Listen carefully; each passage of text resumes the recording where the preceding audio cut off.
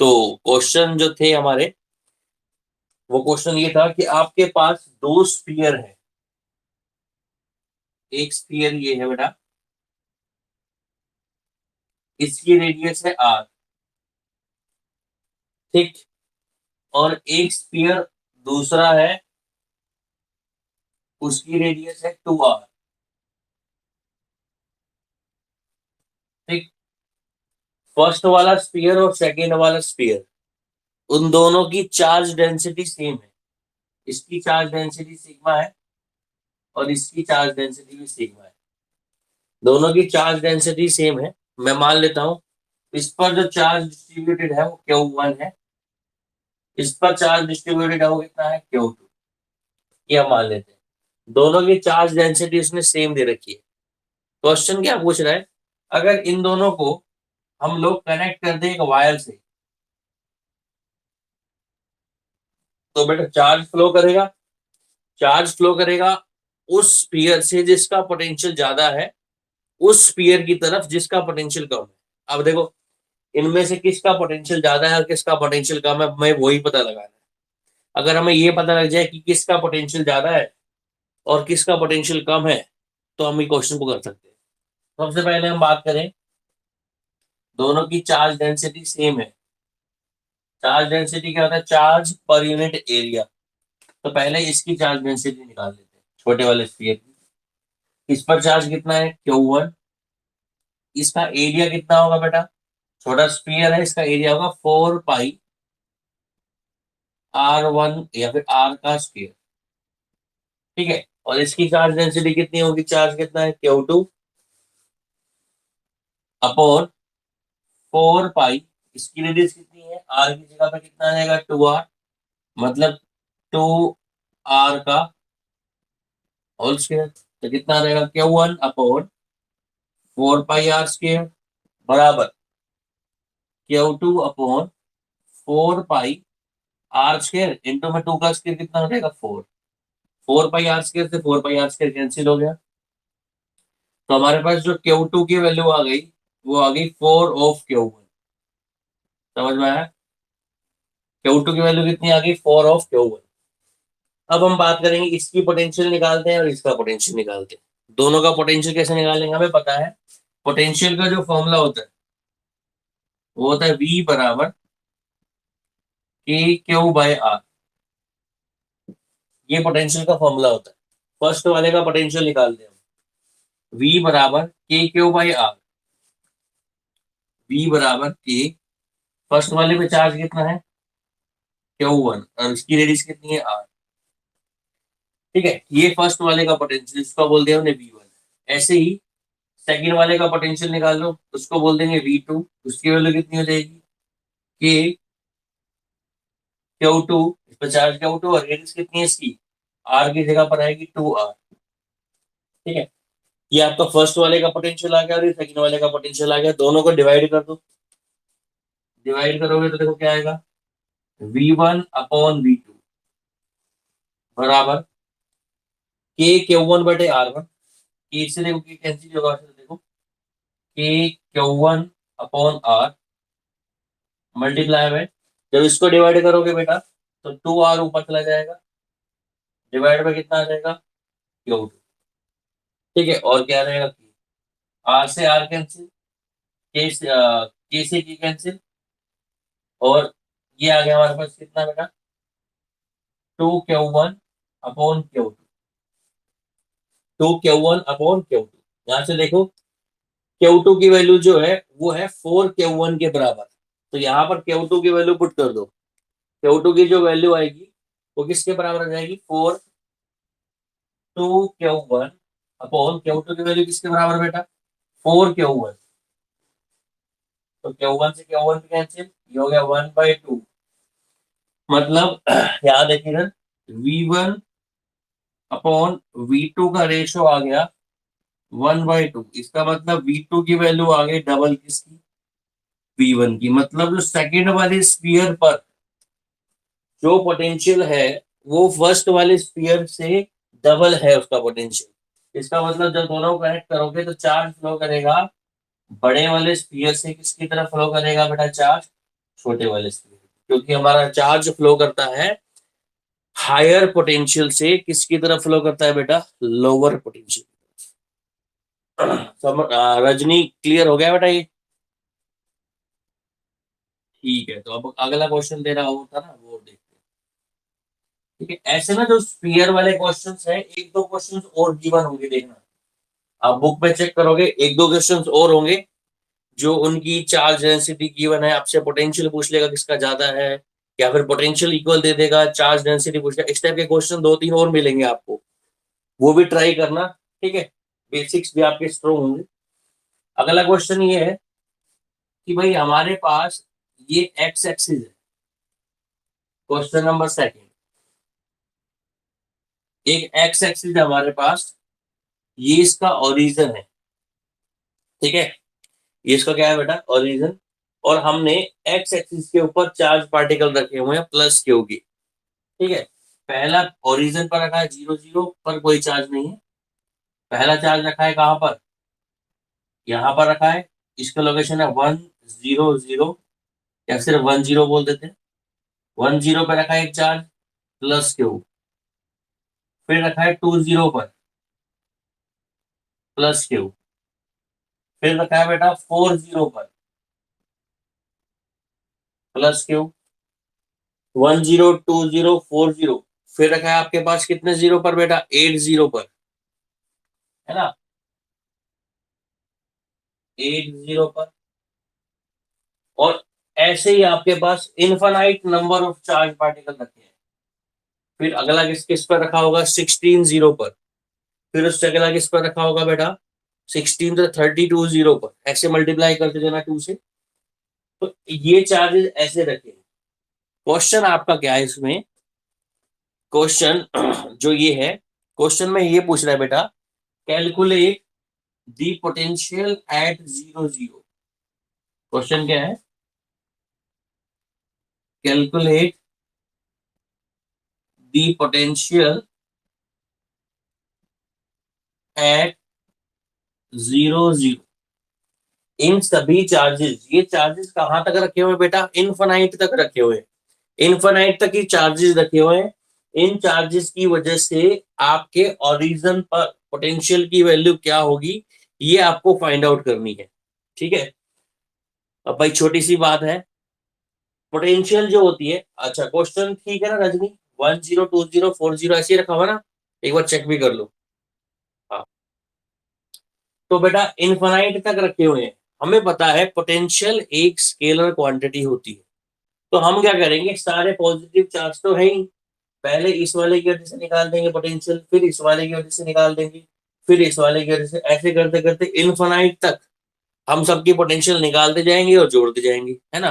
वो तो लंबा भी हो जाएगा, और क्वेश्चन तो है ही, ऐसा करेंगे स्टार्ट। देखो पहले पोटेंशियल निकालते हैं किसकी वजह से, प्लस इस वाले की वजह से, फिर पोटेंशियल निकालते हैं इसकी वजह से, पहले इसकी वजह से पोटेंशियल निकालो, उसको मैंने V1 बोल दिया इस चार्ज की वजह से, इसकी वजह से इस पॉइंट पे पोटेंशियल उसको क्या बोल दिया, V2, इसकी वजह से इस पॉइंट पे potential V3, plus up to so on, infinite तक जोड़ना है आपको, V4 V5 V6। Potential due to a single charge formula होता है K/Q/R। क्या फॉर्मूला होता है, K/Q/R। तो इस पॉजिटिव चार्ज की वजह से इस पर पोटेंशियल का फॉर्मूला ये हो जाएगा K, चार्ज कितना है, Q अपॉन डिस्टेंस, यहां से यहां तक की डिस्टेंस कितनी है, 1, तो K/Q/1 प्लस इस पॉजिटिव चार्ज की वजह से यहाँ पर पोटेंशियल K, चार्ज कितना है Q, डिवाइड बाय डिस्टेंस कितनी है 2, इस पॉजिटिव चार्ज की वजह से यहाँ पर distance K Q divide bye कितना हो जाएगा बेटा 4, उस अगले वाले की वजह से K Q divide by 8 plus up to 100। ठीक है, सब में से देखो क्या कॉमन आ रहा है, सब में से हमारा कॉमन आ रहा है के क्यू, सब में से हमने के क्यू कॉमन ले लिया, ब्रैकेट में बच गया 1/1, 1/2, 1/4, 1/8 एंड सो। अप टू कहां तक जाएगा बेटा, इन्फिनिटी। ठीक है, यहां तक तो शायद समझ में आ गया होगा। इसके बाद कैसे क्या करना है इस क्वेश्चन को, वो है टास्क हमारा। देखो, आप लोगों ने 10th क्लास के अंदर एपी पढ़ा होगा, अर्थमेटिक प्रोग्रेशन। ठीक है, जब 11th में आओगे, बेसिकली 11th तो 12th में भी आ गए, 11th में आप लोगों ने मैथमेटिक्स में जीपी पढ़ा होगा। बायो है तुम्हारे पास रही या मैथ, सॉरी, बायो है। चलो देख लो, एक होती है अर्थमेटिक प्रोग्रेशन और एक होती है ज्योमेट्रिकल प्रोग्रेशन। ठीक है, ये जो सीक्वेंस चल रही है, 1 1/2 1/4 1/8 and so on up to infinity, ये जीपी है। जीपी का मतलब इसको बोलते हैं ज्योमेट्रिकल प्रोग्रेशन। तो पहले हम यही बात डिस्कस करेंगे, ये समझ में आ गया यहाँ तक। इसको मैं सोल्व करना है हमें, इसको सोल्व करने के लिए ऊपर वाला मिटा देता हूँ। तो इसको सोल्व कर दो, हमारे पास वैल्यू आ जाएगी। देखो, जीपी होता क्या है। जैसे मान लो पहली टर्म तेरे पास कोई सीक्वेंस चल रही है, उसकी पहली टर्म तेरे पास 2 है, अगली कितनी है 4, उससे अगली कितनी है 8, फिर कितनी अगली 16 32। ठीक है, अगर ऐसे कोई सीक्वेंस बढ़ती है, इस सीक्वेंस को बोलते हैं ज्योमेट्रिकल प्रोग्रेशन। इसमें क्या होता है बेटा, इसको अगर हम इससे डिवाइड करें, 4 को डिवाइड कर दो किससे, 2 से, कितना आएगा 2। इस वाले को, अगली टर्म को पिछले वाले टर्म से डिवाइड करो, 8/4 कितना आएगा 2। ठीक है, इस 16 को डिवाइड करोगे इससे 8 से, फिर कितना आएगा 2। इसको बोलते हैं कॉमन रेशियो। क्या बोलते हैं बेटा, इसको कॉमन रेशियो। और इस कॉमन रेशियो को डिनोट करते हैं स्मॉल आर से। किससे डिनोट करते हैं, स्मॉल आर से। ठीक है, और ये कहां तक जा रही है बेटा, nth इनफाइनाइट टर्म तक जा रही है। तो ये जीपी हो गई, इसको हमने बोल दिया कॉमन रेशियो, इसको बोलते हैं आर। और ये जो फर्स्ट टर्म है इसको बोलते हैं ए। फर्स्ट टर्म को क्या बोलते हैं, ए। और अगर हम इस जीपी के बाद बात करें, जीपी की nth टर्म का सम निकालें, ये फॉर्मूला आपको मैथ में मिलेगा, आपको याद रखना पड़ेगा। कोई भी जीपी है उसके पास, आपके पास इनफाइनाइट टर्म्स है, तो इनफाइनाइट टर्म्स का सम निकालने का फॉर्मूला है A/R-1। A/R-1, ये फॉर्मूला आपको याद रखना है। ए आपकी उस जीपी की पहली टर्म है, और आर हमारे पास जो है कॉमन रेशियो है, जो रेशियो चल रहा है, और -1 करके हम निकालेंगे एन क्रम का सम। मतलब मुझे इसका सम निकालना है, 1/2 प्लस, सॉरी पहले 1/1 plus 1/2 plus 1/4 plus 1/8 and so on. ध्यान से देखो, सब में किसका रेशियो आ रहा है, 1/2, इसमें 1/2 ऐड करो, मल्टीप्लाई करो 1/4, इसमें 1/2 से मल्टीप्लाई करो 1/8, इससे मल्टीप्लाई करो 1/8, है ना, ऐसे ही होता जा रहा है। तो जो कॉमन रेशियो आ रहा है हमारे पास, उसकी वैल्यू आ रही है 1/2। कॉमन रेशियो निकालने का तरीका क्या है, कोई भी टर्म को उसकी पिछली वाली टर्म से डिवाइड कर दो, 1/2 को डिवाइड कर दो 1/1 से, कॉमन रेशियो कितना आ जाएगा 1/2। या फिर 1/4 को डिवाइड कर दो 1/2 से, तो क्या आ जाएगा 2/1, 2 2 4, क्या रेशियो आ गया 1/2। ठीक, तो ये हमारे पास एक जीपी हो गई, और जीपी की nth टर्म का सम निकलता है A/R-1।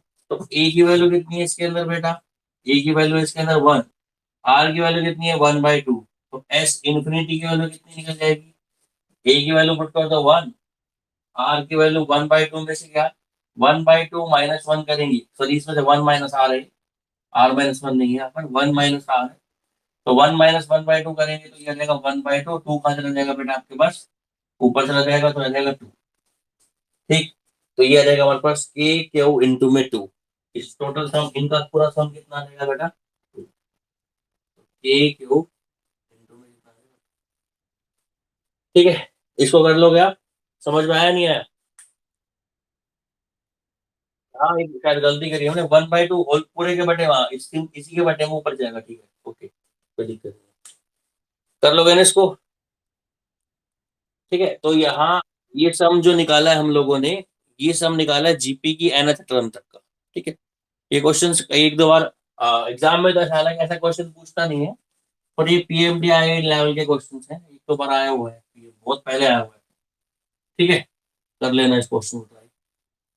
चलो एक क्वेश्चन मैं और बोलता हूँ बेटा, वो क्वेश्चन भी क्या है आपका, किसके ऊपर बेस्ड है, वो क्वेश्चन बेस्ड है आपका इलेक्ट्रिक पोटेंशियल के ऊपर बेस्ड। देखो आपने एक रिलेशन पढ़ा होगा, इलेक्ट्रिक पोटेंशियल और इलेक्ट्रिक फील्ड के बीच में मैंने एक रिलेशन पढ़ाया हुआ है आपको।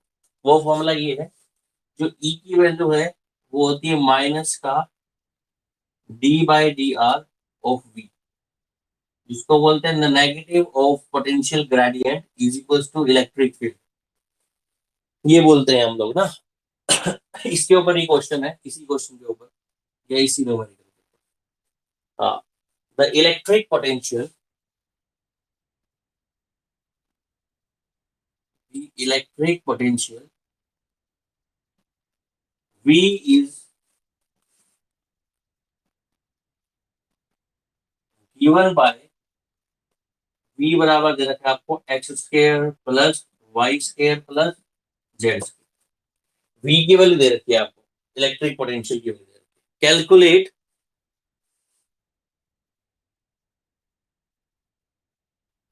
कैलकुलेट द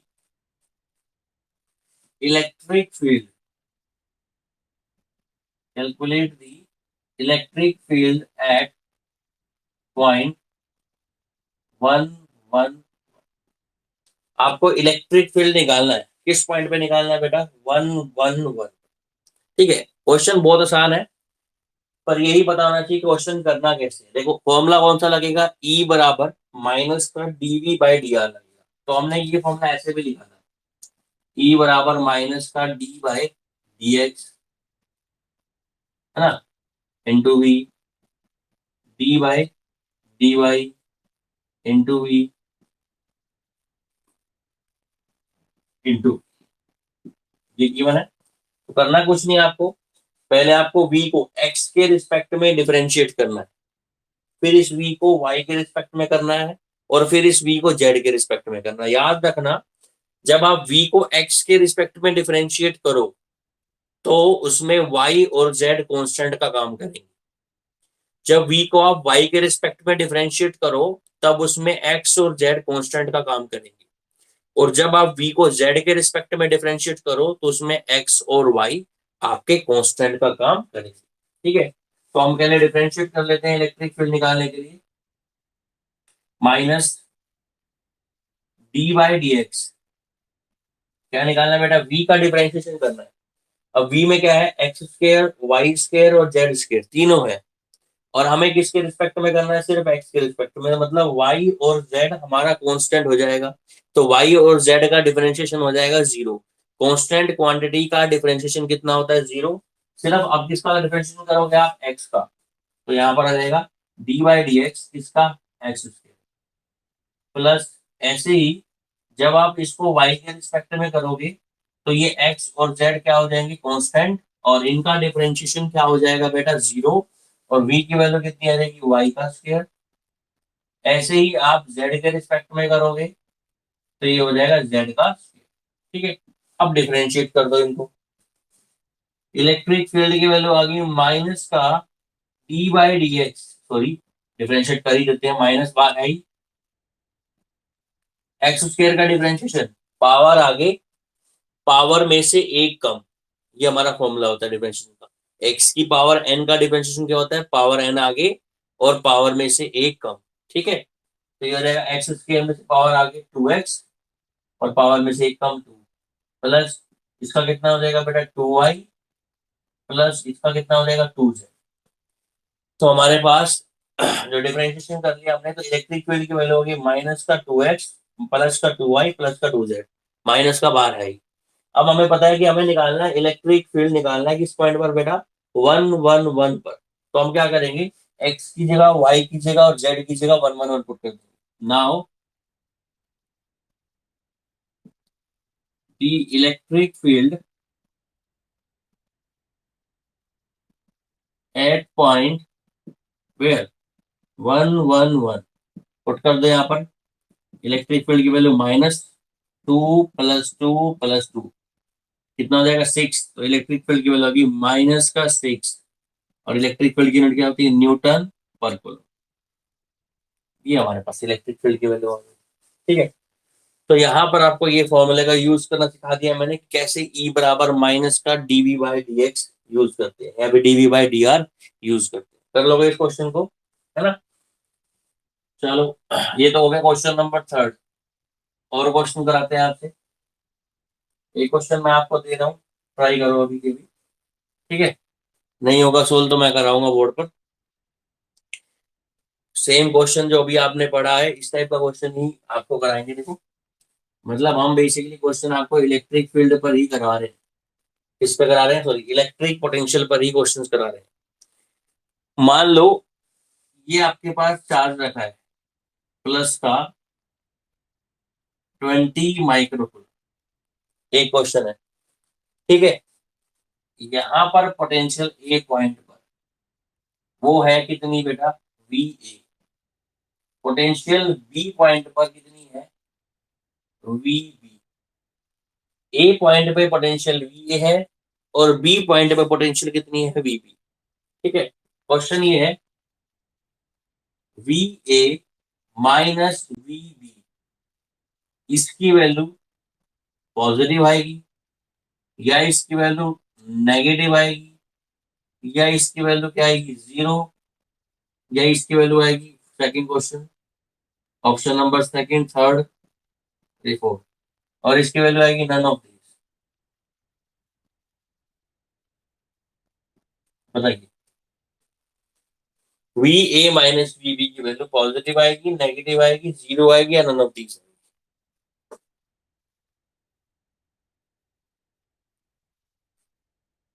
कोई भी एक स्टूडेंट, किसी ने भी क्वेश्चन समझ आया बेटा? पहले तो यही बताओ कि क्वेश्चन समझ आया कि नहीं आया।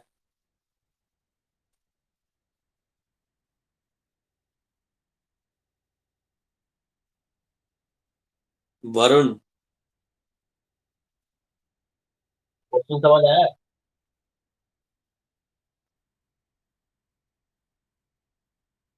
सो तो नहीं क्या बेटा? चलो, बताओ बेटा, क्वेश्चन समझ आया कैसे, किसको आया तो कि कोई एक बच्चा करो, कोई भी एक बच्चा।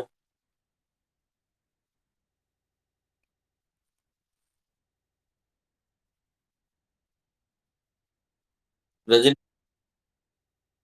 क्वेश्चन में ये पूछा है कि पोटेंशियल ए का और पोटेंशियल बी का, इनका डिफरेंस, वी ए में से अगर वी बी घटाएंगे तो इसकी वैल्यू पॉजिटिव आएगी, इसकी वैल्यू नेगेटिव आएगी, या इसकी वैल्यू जीरो आएगी, या इनकी वैल्यू नन ऑफ दीज, कुछ भी नहीं आएगी। पॉजिटिव, कौन कौन बोल रहा है positive? Yes, positive answer correct है।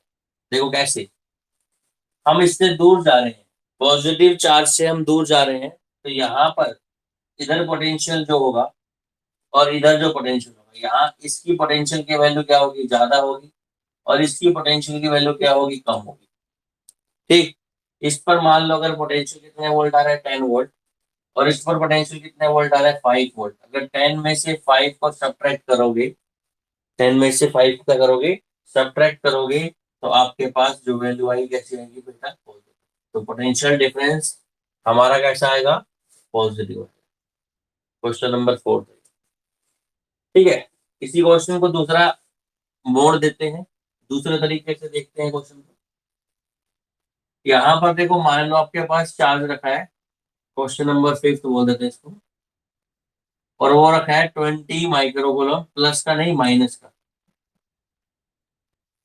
ठीक है, और दो पॉइंट ले लिए, एक पॉइंट ए ले लिया और एक पॉइंट हमने ले लिया बी।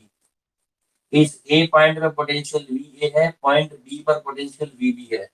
तो अब आपको बताना है, जो V B minus V A है, उसकी वैल्यू पॉजिटिव आएगी, नेगेटिव आएगी, जीरो आएगी, या फिर आएगी नन ऑफ दीज। जिसमें है, दोबारा से देखो, ध्यान से देखो, ध्यान से, कुछ पॉजिटिव वैल्यू आई कितनी है? रीजन क्या है, वहां पर मैंने V A minus V B, मैंने उल्टा कर दिया, V B minus V A. समझ लो कैसे। मान लो ए पॉइंट पे पोटेंशियल है माइनस, देखो नेगेटिव चार्ज की वजह से पोटेंशियल भी नेगेटिव होगी। ए पॉइंट पर जो पोटेंशियल है मान लो कितने वोल्ट है बेटा, वो है -10 वोल्ट।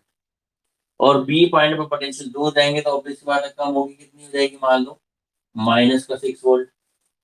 सही बोल रहा हूँ मैं? ठीक है, अब आपको किस सब्ट्रैक्ट करना है, किसमें से, -6 में से सब्ट्रैक्ट करना है 10 को, तो माइनस प्लस हो जाएगा। 10 - 6 कितना आ जाएगा बेटा, 4। और 4 कैसा है हमारे पास, पॉजिटिव। 4 कैसा है हमारे पास, पॉजिटिव। समझ में आई बात? कर लोगे इस क्वेश्चन को? एक क्वेश्चन और देखो, इलेक्ट्रिक पोटेंशियल मैंने आपको कल ही बोला था, अगर आप लोगों ने इलेक्ट्रिक पोटेंशियल पर क्वेश्चंस किए होते तो डेफिनेटली आज आपके पास एक या दो डाउट तो होते ही। आपके पास आज डाउट नहीं है, इसका मतलब आप लोगों ने क्वेश्चन ट्राई नहीं करे। देखो बेटा, क्वेश्चंस ट्राई करोगे तो ही आप ये मान के चलो कि जो आपकी क्लास चल रही है ना, इस क्लास के अंदर आपका सारा सिलेबस होगा। ठीक है, और सिलेबस की पकड़ आपको तभी आएगी जब आप क्वेश्चंस को ट्राई करोगे। जब तक आप क्वेश्चंस को ट्राई नहीं करोगे, सिलेबस तो हो जाएगा आपका, आपको समझ में भी आ जाएगा, पर उसका यूटिलाइजेशन कैसे करना है उसको आपको समझने में थोड़ी प्रॉब्लम आएगी। ठीक है, और किसी का कोई डाउट हो तो पूछ सकता है बेटा। यही 4-5 न्यूमेरिकल्स मैं आज रेडी करके लाया था, इसमें से दो तो कल पूछे ही थे इस लड़की ने। और किसी को कोई डाउट हो तो पूछ सकता है।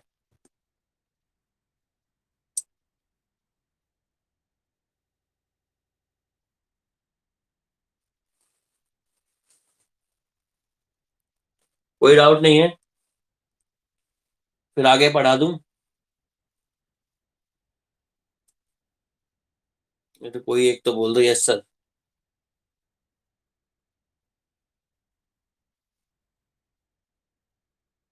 चलो, अगला जो आर्टिकल है आपका, जो मैं आपको अगला आर्टिकल पढ़ाने वाला हूं, उस आर्टिकल का नाम नोट करो, कैपेसिटेंस। आर्टिकल का नाम क्या है बेटा, कैपेसिटेंस। क्या होता है कैपेसिटेंस वो समझेंगे।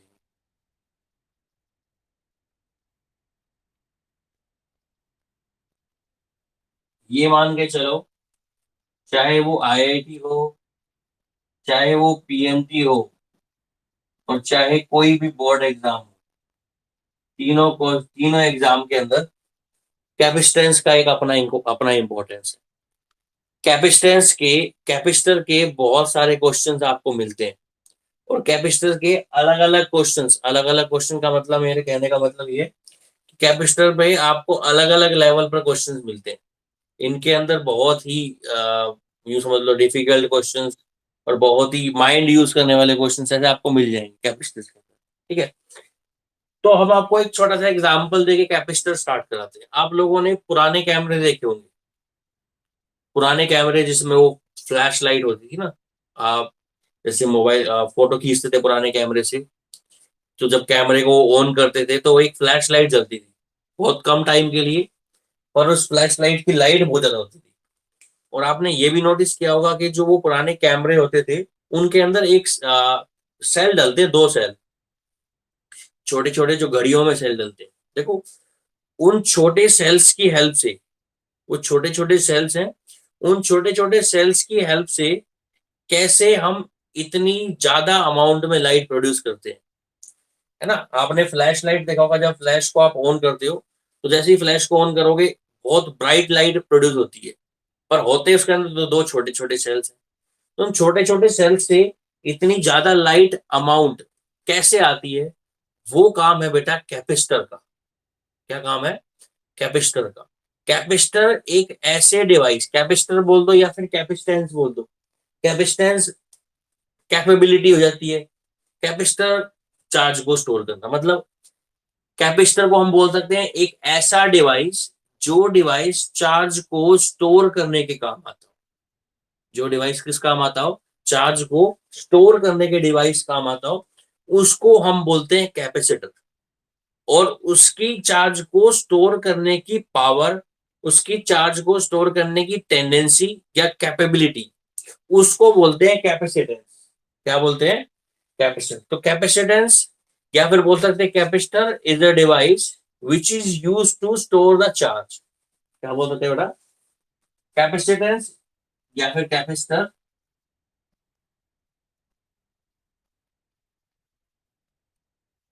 capacitor is a device which is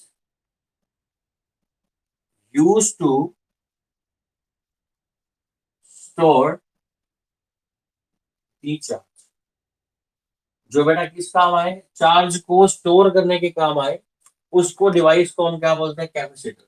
और कैपेसिटेंस क्या होती है? किसी भी डिवाइस की, कंडक्टर की कैपेसिटी चार्ज को स्टोर करने की क्या कहलाती है? Capacitance. Capacitance is the tendency of any conductor, किसी भी कंडक्टर की tendency to store the charge, to store the charge. किसी भी कंडक्टर की टेंडेंसी की चार्ज को वो कितना स्टोर करते हैं। मान लो हमारे पास कोई कंडक्टर है, जैसे आयरन है, आयरन को हमने कंटिन्यूसली चार्ज दिया, आयरन पे चार्ज किया, आयरन ने चार्ज को स्टोर कर लिया, तो आयरन हमारे पास कैपेसिटर। मान लो मैं चार्ज को स्टोर कर लेता हूं, तो मैं भी एक किसका तरह काम करूं? कैपेसिटर। तो कैपेसिटर एक डिवाइस होता है, जिस डिवाइस का काम होता है चार्ज को स्टोर करना। डिवाइस का काम क्या होता है? चार्ज को बेटा स्टोर करना। ठीक है। अब डिवाइस में चार्ज को स्टोर कर रहे हो आप लोग, तो वो उसकी स्टोर करने की कैपेसिटी को बोलते हैं कैपेसिटेंस। और उस डिवाइस का नाम क्या रख दिया हमने? कैपेसिटर। उन का काम क्या होता है? हम लोग चार्ज को वहां पर स्टोर करके रखते हैं बहुत ज्यादा अमाउंट में, और जैसे ही हमको रिक्वायरमेंट होती है, हम उस चार्ज का एकदम से यूज कर लेते हैं, बहुत ही जल्द, कम टाइम के लिए उसका यूज कर लेते हैं। जैसे एग्जांपल, जैसे मैंने आपको बताया था कि जो कैमरे में फ्लैश लाइट होती है ना, वो फ्लैश लाइट कैपेसिटर पर काम करती है। कैमरे के अंदर लगे होते हैं बहुत सारे कैपेसिटर्स, और वो जो छोटे छोटे सेल्स होते हैं, उन सेल से वो कैपेसिटर हो जाते हैं चार्ज, और वो कैपेसिटर उन सेल से चार्ज लेके चार्ज को स्टोर कर लेता है। और जैसे रिक्वायरमेंट होती है फ्लैश लाइट की, आप स्विच ऑन करते हो, कैपेसिटर वहां पर क्या हो जाता है? डिस्चार्ज। ठीक है। तो बहुत सारे चार्ज को स्टोर करना और स्टोर करके एकदम से कहीं पर यूज करना, वो किसका काम होता है? कैपेसिटर का काम होता है। और उसी डिवाइस का नाम है कैपेसिटर, और उसकी कैपेबिलिटी का नाम है कैपेसिटेंस। ठीक है। तो आज के लिए इतना ही काफी है। नेक्स्ट हमारे पास जो भी वीडियो आएगा, उसमें हम कैपेसिटर के बारे में डील करेंगे। आप सभी से मेरी रिक्वेस्ट है बेटा, क्वेश्चन बुक के कर लो, अदरवाइज ये चैप्टर पढ़ा और नहीं पढ़ा बराबर होगा।